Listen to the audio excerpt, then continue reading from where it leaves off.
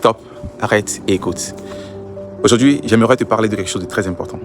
Tu es chrétien, tu as cru en Jésus, tu es sauvé.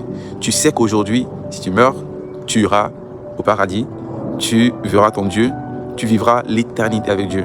Mais sur la terre, au moment où tu es sauvé, il y a beaucoup de choses qui se sont passées. C'est-à-dire, lorsque tu crois en l'évangile, tu crois en Jésus-Christ, en sa personne, c'est-à-dire Dieu fait chair, et ce qu'il a accompli, son œuvre salvatrice à la croix, il y a une conséquence à cela, c'est-à-dire tu es sauvé.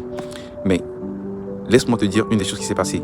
Dans Colossiens 1, le verset 12 à 13, il est écrit « Rendez grâce à Dieu, le Père de notre Seigneur Jésus-Christ, qui nous a rendus capables d'avoir part à l'héritage des saints de la lumière. » Le verset 13 dit ceci, « Qui nous a délivrés de la puissance des ténèbres, en d'autres termes, de la domination des ténèbres, de l'ennemi, du diable, de notre adversaire, et nous a transférés maintenant dans le royaume du Fils de son amour. » Mais est-ce que le fait d'être chrétien que tu dis, est-ce que tu continues par croire que tu es toujours sous la domination de l'ennemi?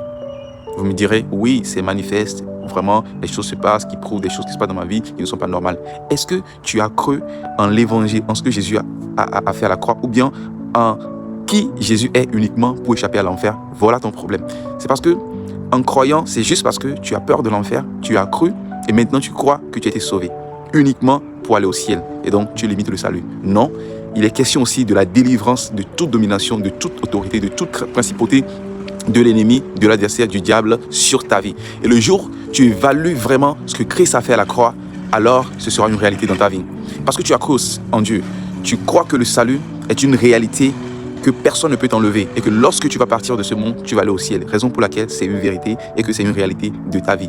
Mais va plus loin en croyant aussi que tu as été délivré de la puissance des ténèbres et que maintenant tu as été placé dans un royaume où c'est Dieu qui règne dans ce royaume. Et dans les réalités de ce royaume, ce sont ces réalités qui maintenant œuvrent ou bien qui sont manifestes dans ta vie. En croyant cela, tu ne limites pas Dieu, mais tu évalues ce que Jésus a fait à la croix. Car l'œuvre que Jésus a fait à la croix est une œuvre parfaite, complète, puissante.